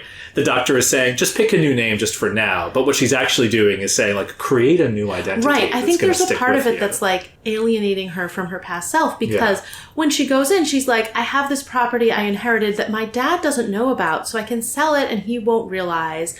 I also have like $5,000 that will be harder to explain, but she is hoping to have this power, but continue the rest of her life as previously planned. Like, not have her dad realize she even has these powers. But, like, once she joins the wards, once she joins the Protectorate, like, once she moves to Brockton Bay on Protectorate, or, like, there's no way that she's living a full, robust life outside her powers. Yeah. So maybe she still does have a secret identity. Maybe her dad doesn't know that she is a cape, that she's a superhero. But she has moved so far from the thing she was trying to hold on to. Yeah. I also wonder, and I have some other stuff about the Doctor, so I don't want to sidetrack us into powers yet, but I also wonder if calling yourself by a different name affects the power granting process. If you're more open to change. Right. The psychological battery of tests, the sort of like references to past trauma and things. Maybe taking on a sort of new anonymous identity, you know, helps the vial go down smoother in a way that they've observed. So I want to say more about the Doctor, but she has this bit where she's like, oh yeah, you know, I'm telling you all this stuff. And Battery's like, look, I'm not going to break the rules. And the Doctor says, well, you know, few do, but I've done my duty and informed you. Yeah. I'm like, oh yeah, she cares about informed consent. She's a doctor. That's great. And then when Battery chugs the vial, she's like, yeah, we weren't going to tell you that it's going to hurt a lot because that makes it go worse. Like, oh well, you know, it's too late now. And it's like, I feel like her callousness towards the end of it being like, oh, it's not really about making sure that Battery understands what's going to happen to her. Yeah. It's just about smoothing out the process to get to, you know, the end of the transaction. And also maybe a little bit of like, well, why do you want to put on the role of the Doctor rather than being like a saleswoman, rather than appearing to be an executive or something? It could be a little bit of a like, well, I like to think that, you know, all the contracts and all the stuff, like, I don't want to go home and go to sleep and think about all those people in those hospitals that I was, bribing. I don't want to think about how I'm taking advantage of these people. So it's like, but I'm a doctor, I'm doing this to help you. I wonder how much. I can't imagine that she's someone who has like a full life outside of this. I'm sure she has also become alienated from whatever she was before this. It would be interesting. Like, she's also known as the mother. Does that mean she's founded Cauldron? Like, is she the one who created this technology? Right. Really she's called the doctor. She's called the mother. Should we just be calling her Cauldron as her cape name? Right. Like, it really is an open question. It must have been a tinker that made this tech, right? Like, oh, that's interesting. Well, it'd be shocking if it but weren't. That also connects back to your whole, like, why haven't we seen commoditized tinker tech? Well, then I guess we Maybe have. This is the one exception. Who knows? That's very interesting. Right. She's also like, she humors Battery about Battery being like, well, and of course there could be a rival business. And the doctor's kind of like, oh yeah, that too. But the way that she responds is like... Maybe that is because you have to be a tinker to make this stuff. Cauldron is a fun name too. It's a very, like, if she is the person behind this, like, Cauldron conjures witches, she is brewing these potions in her cauldron. We have mixing samples. Yeah. The thing that I thought was maybe most insightful into the doctor, again, I don't know, because this could all be just like standard patter. When laying out the options to Battery, the doctor says, well, the question is, how much are you willing to gamble? A hero can beat a superior foe with strategy, tactics, and forethought. And I get the impression you're focused enough to put your minds to the task, right? Is that sales talk or is that insight? Is the doctor actually revealing something about herself when she lays this out? I want to say sales talk. Yeah. She doesn't want to lose Jamie as a client, and it's like, well, if all I can sell you is this power that might not be strong enough, I think you're good enough to do something with it. Yeah, and she leaves with the 2 favors, right? Right. Or, two extra favors, which is enough, get her into the Protectorate, and that's enough so that you have someone on hand for rescuing the Slaughterhouse 9 or whatever. What a weird thing to want someone to do. Should we talk about Jamie's transformation? Yes. Her vision? Yes. Her vision quest, as I think the doctor called it? Well, yeah. So what's the deal? So it wasn't quite the same as what we saw Tayl-or and Miss Militia do. We didn't quite have the cosmic being. I think Miss Militia saw the one, but it was sort of multiple. It was sort of plural. Mm-hmm. And Tayl-or saw the 2 that were separating. Mm-hmm. And this was more of a view of the Earth sort of in multiple dimensions. And there was a sense of some sort of presence and a reaching and a frustration. But there wasn't the entity. Mm-hmm. I don't think that Jamie saw an entity exactly. Mm-hmm. And I wonder, is that just it's always a little different, or is that because it is a, chemically induced trigger event rather than a naturally occurring one? Yeah, I was going to ask, is this a trigger vision?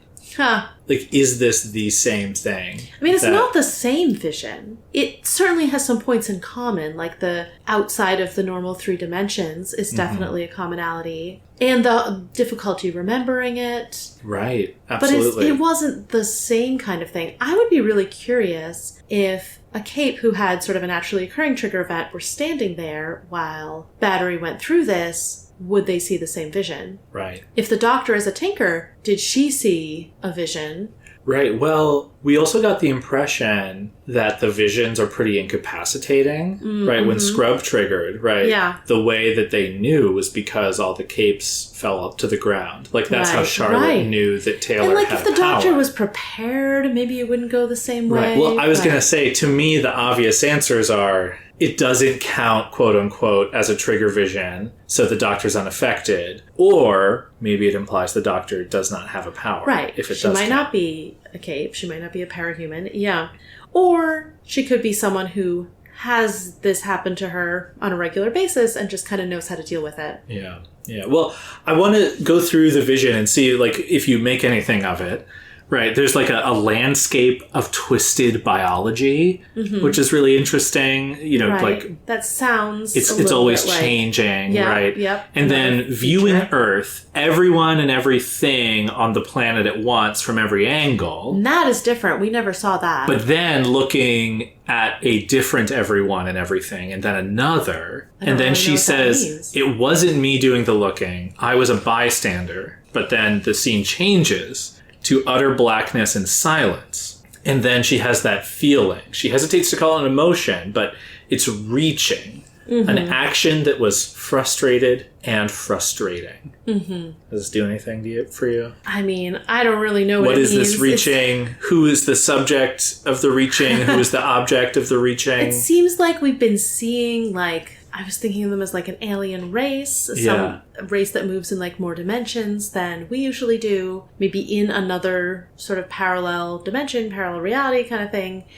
And if a trigger event is like encountering one of them, then these formulas that Cauldron has could like open you up to one of them, forcibly connect you to one of them. And so that kind of creature could be doing the reaching, but we didn't get any vision of that being the way we have in other cases. Yeah. So, I mean, I don't know. It's the kind of thing that I'm sure I'll have thoughts about once I know more. The last thing is, it makes her cry. Yeah. Frustration, I mean... Yeah, the tears are sympathetic. The thing can't be reached, yeah. Yeah. That's actually interesting, this sort of like, not just reaching for like, oh, I'm trying to do a thing, but like reaching in like, in the sense of longing, like wanting to be reunited with humans. Like, are these humans who used to be on Earth and like have now been cast into multi-dimensional space where they can't come back, and they're trying to come back by connecting to humans and giving them powers? Like, I don't know. Yeah. I mean, I might know some things about it. It could just be random stuff that never gets explained. Right, we'll probably never learn anything else about this.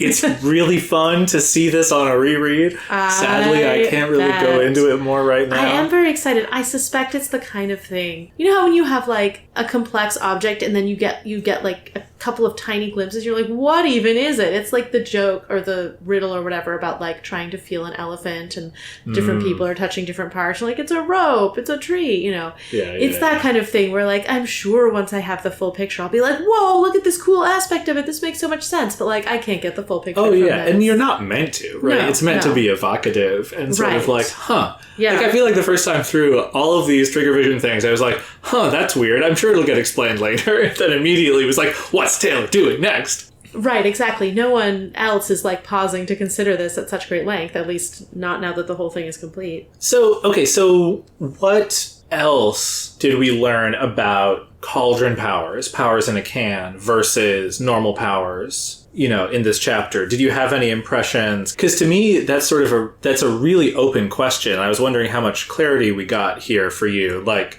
how much are these even related phenomena? Just because they express themselves the same way, right? Like, you were saying, is this some tinker invented an artificial version of all of the superpowers that occur naturally? Or, like, you know, there's a million different theories that you could spin. But I was curious what you made of, like, any of the details we got. I will say, just going back to that merchant party where they had the vials, I do think it's an artificial version of the thing, of maybe a trigger event, but I do think that the powers are sort of the same type of thing. Okay. Because, I mean, he could have been wrong, but Skid Mark said to Scrub, like, this, you know, this serum won't do anything for you now. Mm-hmm. And it might be just it doesn't work once you already have a power, but, like, it makes sense to me that if you can only trigger once, then once you have a real power or an artificial power, you can't get the other one. Yeah. So that makes me think they're more similar. And it does sound like, from what we hear about the powers, sounds like the cape powers we've seen. Like, some form of flight was fun because, like, we have seen people fly in such different ways and with such different compensating factors to protect them. The thing that made me most be like, ooh, this chapter was, you should know that an individual's personality, mental state, and background do seem to have a great deal of effect on the resulting power. Yeah. I would even say it's one of the primary factors outside of the sample itself, which is not necessarily that they are the same, but, like, in terms of purpose in the story, these Cauldron powers are going to be thematically similar to the natural powers. You know what it sounds like? it sounds like the similarity that your powers would have with the powers of someone else who had taken the same sample is basically the similarity that powers have in families. Ooh. Like, basically, That's a fun connection. Gru and Imp had the same sample. Yeah. But what does that mean? It seems like genetics have been ruled out, question mark, and it only travels sideways or down. It doesn't travel back to parents. Yeah. So somehow Gru and Imp, it's unclear, were exposed to the same thing, like have the same thing inside them because they're biologically related. Like, well, Amy's power is so different than the rest of the Dallins' powers. Right. But if you look at the Dallins, right, that's a great example of, like, when they were talking about acid powers, I was like, oh, yeah, they're all, like, same sample as, like, sibling powers in the way that, you know, Shielder and Laser Dream have, like, literal sibling powers. It does feel very much There's a little bit of a striker thing, there's a force field thing, and there's, like, flight, and Glory Girl has strength with flight, you know.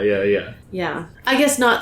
Are lasers a striker? Blaster, that's what I was thinking. Because Glory Girl's, like, aura thing is sort of her equivalent of blasting. Madcap's a striker, yeah. Yes, striker you have to touch, yeah. And we also got some interesting things, right? Battery's testing involved, like, running until she can't stand anymore, like putting her into the kind of physical extremity that is often associated with a trigger event. Yeah. And then we learn, like, if your heart rate's up, if you have a lot of adrenaline, if you're feeling emotional, that all leads to a greater chance of a physiological change, right? So it's like stay calm and relax, right, is advice that, you know, by the nature of natural trigger events, you can't give to people. So it is a really interesting, like, if the mechanism is similar, it's sort of like Cauldron maybe has an advantage because it's like, okay, it's still going to be incredibly traumatic, the actual power experience. You can try to calm down, like, you expect it. Right, we can control the outcomes. But that's weird because most of the capes that we have met don't have obvious physical changes. Like, they can have a civilian identity where you can't tell that they have this power. Yeah. And Cauldron produced the Case 53s. Yeah. Who are all really physically changed. And maybe that was just, they were figuring out the formulas. They didn't have it right yet. Yeah. Maybe the Case 53s who were, like, experimented on, I mean, maybe they were trying to see what would make them physiologically change. That might have been part of what they were doing. They might have been deliberately raising their heart rates, etc. But the fact that Shamrock is the only Case 53, this sort of person who showed up with, like, powers, no memories, no backstory, and this Cauldron tattoo, who isn't a quote-unquote monstrous cape, who doesn't have that physical transformation. So maybe it's just that the ones who are physically transformed are more likely to be put out to pasture. Right. And Shamrock escaped, which is why, if Battery wasn't as good at Tai Chi, maybe she ends up just like Neuter, right? Now that's interesting. I wasn't thinking that. I mean, she might have ended up like Neuter in terms of physiology. Oh. I don't think she would have had her mind wiped. Yeah. Okay. I mean, who knows? Yeah. No, true. We don't know. That would be interesting. Yeah, if their test subjects are just people who paid for this, but then they got bad results, and Cauldron didn't want to have to deal with the fallout, so they wiped their memories and just turned them out on the streets. I don't know. You know, Battery goes out of her way to, like, say, hey, I'm meeting up with, you know, potentially shady characters. True. I need you to be able to track me down. Yeah. And what we see is she gets teleported to Africa. Like, there's no way, right? Like, if Battery doesn't come back from this, no one's going to be able to trace it back. But right. If she doesn't come back from it, there might be, like, a missing persons report. Maybe that doesn't matter. Right, we haven't seen any evidence that there are a bunch of rich people going missing. Right, and their rich people would be noticed. Yeah. So it's like when not. Heartbreaker kidnapped the movie star. Yeah. Maybe the occasional opportunistic, you know, sure. Battery turned into right, because Jamie is not a rich person particularly. Yeah, she's just fairly well off. Yeah. But, like, it's a lot. Can we talk about Battery's power in particular, right? Yeah. So, like, do you feel like Battery has a strongly thematic or metaphorical power. Did that Ooh. occur to you at any time reading this chapter? Because I feel like I can sell it a couple of different ways. I feel like it's been like a fun thing to approach. I mean, maybe there's a sense of like she gets charged up by her sense of injustice and then she can spend that charge. Yeah, and she seems very impatient, right? Mm-hmm. She shows up early, but then she's really impatient. The thing where she's like, oh, it's time and they're not here. I'd better leave. I was like, seriously? You're not giving them like half an hour to show up? Like, yeah. So yeah, she's very restless, right? Like her leg is bouncing throughout. And then she has her Tai Chi practice, right? Which is also like, oh, I'm going to practice, being in my body and being still to reduce my anxiety. And that could be the sort of mental capacity that led to her power being a highly controlled one, right? Where she's like, maybe she would have ended up with a much more explosive power given how much she was panicking. But the fact that she was like, you know what, I'll do my meditation thing. Maybe that gives her the kind of power that's like, yep, you can just sit and be still and charge up, and then you can sort of like seize your moment. But I was really interested in the kidnapping story. I was just thinking I should bring that up. I was trying to figure out why that is in there. This thing where like someone kidnapped her for like 3 days when she must have been like, 9. 10, yeah. And she's like, oh, so long ago. But like 9 is not that young. Like you remember things at that age. And I was thinking that it was very fitting, ironic, unclear, that she basically, over the course of this chapter, kidnaps herself. Like she puts herself in like thrall to Cauldron and then sort of voluntarily like lets herself be put under Madcap's power. Yeah. And like imprisoned basically in her life. Her with this name man. is perverted. Right. God. Right. Battery was a great name until... Yeah. That was the thing that I hated the most. Like, not to get us back into the Madcap, but like, she literally says, like, that would ruin my name and like everything I stand for. And like getting to choose a meaningful name is like so important if you're a cape. And I was like, I can't believe, I can't believe you've settled for this, Battery. But her stupid guilt. Yeah. Making her accept this. And Legend, okay, we're getting back into it. I think I'm madder at Legend than I was before. Yeah. It's such a like, the men will hash it out, Yeah, it's like, this is gross. going to like be tormenting this woman? Well, it might be for the greater good. Yeah. Ugh. But Miss Militia will grimace at you every once in a while. Right. That makes it okay. Okay, but yeah, the kidnapping. Did you have thoughts about that? Well, I was going to say, her power? like, this is flagging for me as like the thing in her life that feels most like a trigger event that we learn of. We don't know anything about her past, right? Yeah. And I think you could read her power as being very Tai Chi inspired, but I think you could also read it as being like she had to go through this time in her life where she was trapped in a room and she couldn't do anything. She was powerless. Yeah, because like sometimes Battery is powerless. She has to recharge. Right. And so think about how since, she was 9 or 10 or whatever, how much of her life has been about, I need control. I need bad guys to be put away. I don't want this to happen to a girl like me again. Right. Yeah. And leading to the power that while she does get her blaze of glory, she has to suffer every time. Right. By waiting for the power to come back. Yeah. Yeah. And she's like, I'm over it, obviously. I don't have any fear of the dark or anything. And you're like, eh. Yeah. But this might have shaped you in profound ways. And it doesn't seem like, her power is still perfectly useful. Yeah. But and there's a lot of beats, right? She's like, the bureaucracy of this long court case, it took so long, and then Madcap broke them out, her having to wait so many times to beat Madcap, even like a little bit maybe of her personality in showing up to watch Skitter and taking a wait and see approach, right?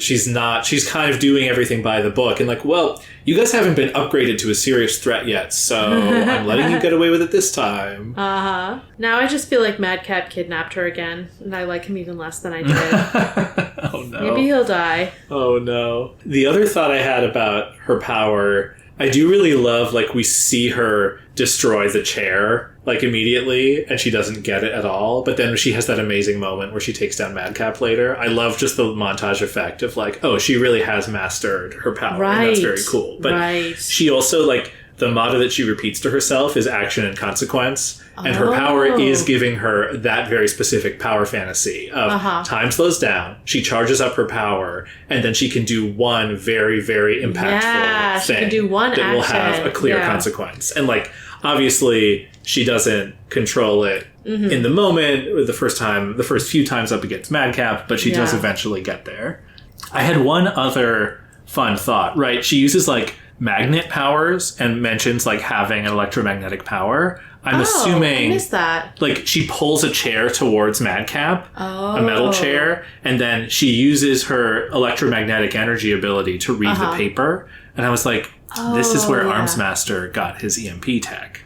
Was probably not. It's probably a battery-based power. I wonder, because there was, like, a second sample that she drank. I wonder if that was, like, the electromagnetic one. Because that doesn't seem to have a lot in common with her other power. Well, I guess there's room for interpretation, but she gets the thing with 2 samples. Yeah. And then the doctor says, the sample we use to moderate and control the effects of the finished products has a short-lived regenerative effect. Oh. You don't happen to be sick, do you? So I think she's implying that the second sample is, like, stabilizing the first one? I think that's what she's implying. Okay, so it's not, like, an unrelated power. Yeah, Okay. Yeah. I mean, batteries, electromagnetic, like, that kind of does connect, I guess. Yeah, so. Yeah. It would be interesting to know if battery ever gets sick now. Like, did you have to be sick at the time to get that? Unclear. I did. We just mentioned it, but I do love also that Cauldron is an international organization. They're based in West Africa. Yeah. The fact that it's Ivory Coast and she has the French accent makes me think that she's from. Oh yeah, I would assume Ivory Coast. Which is, it's fun. We haven't really gotten, like, we've gotten US and Canada. We haven't really gotten much else in the story. Right, so and we know there are more powers that come out of third world countries, but we have seen none of that. Yeah. It just feels very fitting for, like, this. It feels like the scope of Cauldron is so much vaster than the story that we've seen so far. I guess maybe it's up there with, like, Endbringers, but, like, we've only really seen Leviathan and Brockton Bay, right? Like, this is a very taking us outside of Brockton Bay moment. I was actually just thinking, like, okay, when did we see Cauldron before? There was that thing where, like, someone was selling powers in Florida. Weren't they selling them for, like, $35,000? What a discount. Like, I mean, there's the risk of, like, then you're taking something where you don't really know what it is, and you don't have the testing and stuff, but... Yeah. You mentioned the Nemesis program, right? Yeah. We don't get it fully defined, but the doctor says, having an opponent you're guaranteed to succeed against when it counts. Fascinating. Yeah, so I gather that what she might have been offering to Jamie is, like, you could become someone's nemesis and we'd give you a discount for that because you're doing a service to one of our other people. Oh, so basically, like, it's almost like not just cops and robbers, but it's like boxing, right? Like, it's like the kayfabe, like, Battery will be a nemesis and throw a fight. Is that kind of what you're saying? Kind of. Yeah, maybe that is what it is. I was thinking it was more something about the powers they would give her, but, like, yeah, I think you're right. Yeah. More like the power has, like, a hard counter or, like, an off switch or something. Yeah. That's very interesting. Yeah, but okay, is there anyone we've seen who seems likely to be part of that so far? I feel like the only time the words come up is, like, Shadowstalker is treating Gru as her nemesis, but that whole dynamic... And we know Gru got his powers the natural way. Yeah. Well, I'm wondering if we've seen any improbable victories. Oh. It would not surprise me if Armsmaster was a Cauldron Cape. Interesting. Because he's so ambitious. And has, like, really clawed his way into that Protectorate V. Yeah. And... I mean, he got his powers so long ago, that's probably the thing that makes it the least likely. But I could see him wanting a nemesis so that he could make himself look good enough to, like, get into that V. Mm-hmm. Yeah. And I mean, then he obviously is very good at combat, like what he managed to do against Leviathan. But like, yeah, if he did not have a power and he had the money, like he absolutely would have given himself a power. Yeah. He certainly has the personality for it. Yeah. So, question for you. If you had, let's say, not millions, let's say you have the amount that Jamie has to spend, like with her discounts. Yeah. Would you get a power this way? If I just had that much money. The thing is, it's the way that she goes about it. It's so focused on how do I beat this one guy. Right. So, like, do I have that crusade as well? Or it's just like, if I have the option to spend $1 million getting a superpower, would I do it? I guess there are two questions. It's, would you spend all of your money on this? And if someone offered you the caliber of sample that Jamie can afford, but you don't have to spend everything you own, would you do it? Oof. I mean, I feel like personality-wise, I am not a crusader. I am not someone who is like, it's worth betting everything to have this one thing. Yeah. So the idea of going all in on a risky power, you know, for whatever that, like, it's so hard for me to imagine the upside of like, well, if all this works out, it will have been worth it to like, you know, reset my whole life and now I have a power. Yeah. Right? That seems very hard to do. Maybe would have been different when I was 18, right? Yeah. Like her youth again, right? It's much easier, I think. And she's not even 18, yeah. Right. Yeah, I was thinking that, like, it would be very hard for me to choose to get a power because it would feel like blowing up our life. And, you know, we're married, we have a child, you know, we have all these things in place. But it would also be really hard for me to say no. Like the idea of getting the power, I am sort of like, okay, but what is the upside? What is this going to do for, like, all the good things in my life? Like, how would they change? But then I'm imagining saying no and, like, cutting off that avenue of, like, you will never have a power. And, like, that hurts. Like, the idea that I would have to refuse that for all time in order to hold on to, like, our family life. I'm like, no, but what about my wings? Yeah, but you also have to be, right, like, get a power, yes. Get a power from Cauldron, where at any point they have this gun pointed at your head where it's like, oh, I'm going to make you do anything I want. Right? That would be really hard for me to stomach. And again, it's like, if you're a crusader, you're like, yeah, whatever. Or if I'm like, yeah. If all you care about is saving Dinah, who cares how many other Dinahs you create? That is exactly it. Right. Or if you're a kid and you just haven't thought through this that much and you don't have as much to lose. Yeah. The idea of someone having blackmail on me is pretty horrifying. I feel like I would be very uncomfortable with it for a little while, and then I would successfully stop thinking about it. Right, but then once you do the thing, right? Like that's yeah. I mean, depending on what it is, no. But I mean, I'm sure when it's only one favor, they ask for a really good one. Coil, it seems, still owes them a favor. I know. And he's I wonder how many favors he had to promise them. Well, I think he's terrified specifically about like a week of service. Like I feel like that was something that he brought up. That would be the worst for him. He would like psychologically fall apart. And like, what if it starts tomorrow? You know, there's no. Yeah. If they someone could kill him. If they really want Shatterbird and Siberian out of the city, why not press pause on Coil? What a perfect time for someone to kill him. Just saying. You mean when he's doing his community service? Right, because he is not able to have two timelines for himself. Yeah. Know that he's dead in the other timeline, but still have to choose it because otherwise they'll kill him. Ugh. Maybe he wouldn't choose it. He would choose the one where he lives, and then they take his power away. Yeah. Kill him. Yeah. I like that. I like that as an option. It's probably not where we're going, but love the idea. Delicious speculations. Yeah. I liked, in addition to, you know, stay calm, do Tai Chi, right? Yeah. Get therapy. They offer some packages for prepping you if you're rich. Shaping and Morpheus. which is like, is that something to do with like dreams? Dreams, I bet. It talks about it as like a dream quest. Sleep hypnosis kind of thing. That's very, very fascinating. But maybe they figure out how to have you be asleep while you get your power. Yeah, it could also just be like scammy stuff to get more money Morpheus from people. is the name of a cape who will make you be asleep while you get your power, but you have to pay for his services. Yeah, that's nice. Is it nice? It's nice for Morpheus. I don't know. It's true. It's true. The other thing I was thinking, though, right, as if the relationship isn't bad enough, Ethan can't know that Battery is a Cauldron cape, right? No, he doesn't know. Like, Definitely. what a secret to keep from your loved ones. And what a factor to make you think, like, well, no matter how terrible he is, I'm worse because of this secret, therefore I deserve him. Yeah, it's just brutal.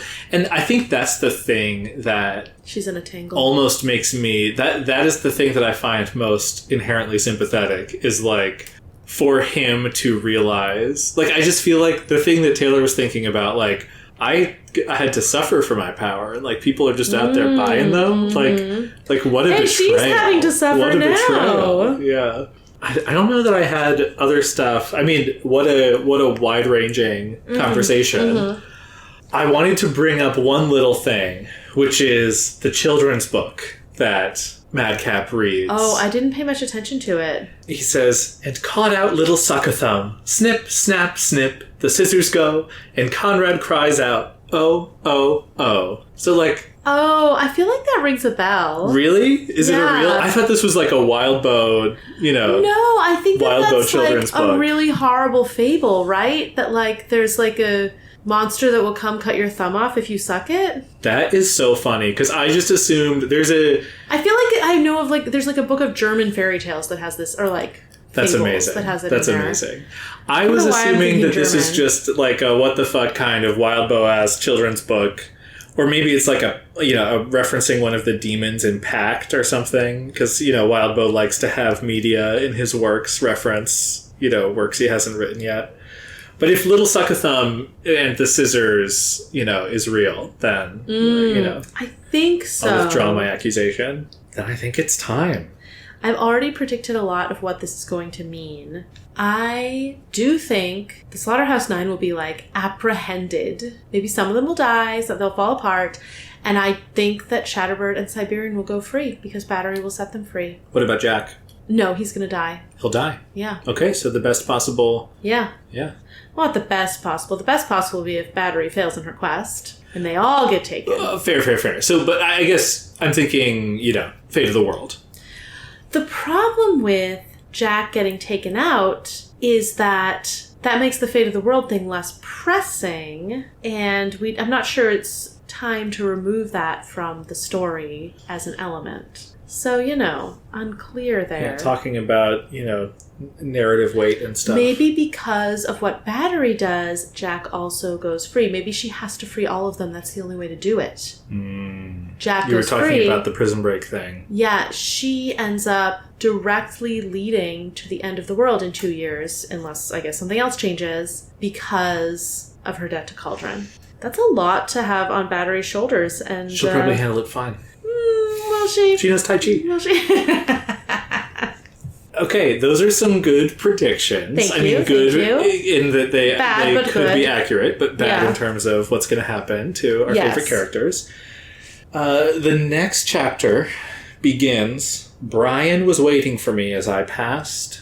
I'm trying to remember what happened 2 chapters ago. Like, where did we end? Right, she had just told him the secret, and so we're not maybe going to get his direct reaction, because clearly they're not in the middle of that conversation anymore, and that would be a weird thing to happen across arcs. Right, she had new employees. I'm going to guess it's another day in her territory, and she's, like, doing her cleaning up consolidation work, and Brian is waiting for her to be like, wait, let me tell you again why your plan is terrible. So time will have passed, but we will get a little bit more. Like a few days. Well, it can't really be that long, because maybe it's, like, the next day, because I know Mannequin is starting his trial. Yeah. So presumably Brian is also there to be like, also, group meeting. Yeah. And the arc is called Snare. I think it's going to be the 9 laying snares for a lot of people, and hopefully our folks laying a snare for the 9, which unfortunately will be moved snare off. A snare off. Once Battery does her thing and frees them all. which will be very... Don't even know that she's working against them. It's so unfair. It's really, like, the past arc or two or whatever has really, really made me want the Nine to be apprehended, to die, to, like, be broken up as a group. Because they're such a negative force in the world. And that really puts so much weight on the idea that, like, Battery could undo all that. We'll see. Next time. On Inchworm.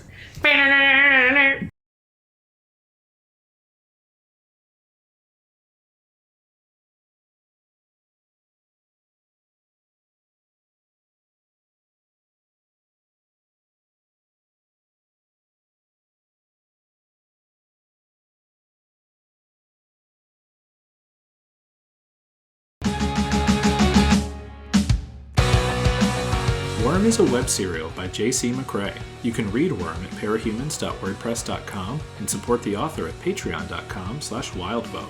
Follow us on Tumblr and Blue Sky at Inchworm Podcast, or find our Discord link and any other updates on inchwormpodcast.com.